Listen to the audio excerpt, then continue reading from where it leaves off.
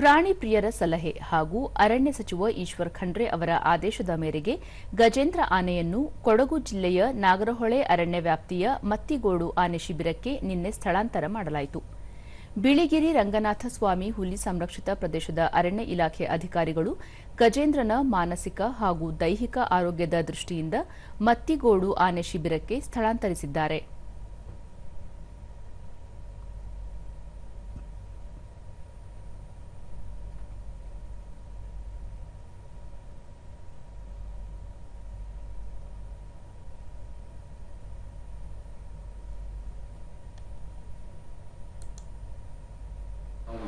ದೂರದರ್ಶನದೊಂದಿಗೆ ಬಿಳಿಗಿರಿ ರಂಗನಾಥಸ್ವಾಮಿ ಹುಲಿ ಸಂರಕ್ಷಿತ ಪ್ರದೇಶದ ಹುಲಿ ಯೋಜನೆ ನಿರ್ದೇಶಕ ಶ್ರೀಪತಿ ಸಾಮಾಜಿಕ ಜಾಲತಾಣದಲ್ಲಿ ಸೇವ್ ಗಜೇಂದ್ರ ಆಂದೋಲನ ನಡೆಯಿತು. ಈ ಹಿನ್ನೆಲೆಯಲ್ಲಿ ಸಚಿವರು ವನ್ಯಜೀವಿ ಪ್ರೇಮಿಗಳ ಆಗ್ರಹಕ್ಕೆ ಮಣಿದು ಈ ಕ್ರಮ ಕೈಗೊಂಡಿದ್ದು, ಈಗ ಗಜೇಂದ್ರ ಅಲ್ಲಿನ ಆನೆಗಳ ಜೊತೆ ಹೊಂದಿಕೊಂಡು ಹೋಗುತ್ತಿದ್ದಾನೆ ಎಂದು ತಿಳಿಸಿದರು. ಆ ಮುಖಾಂತರ ಅರಣ್ಯ ಸಚಿವರು ನಮಗೆ ಒಂದು ಆದೇಶನ ನೀಡಿದರು ರಿಪೋರ್ಟ್ ಮೇಲೆ.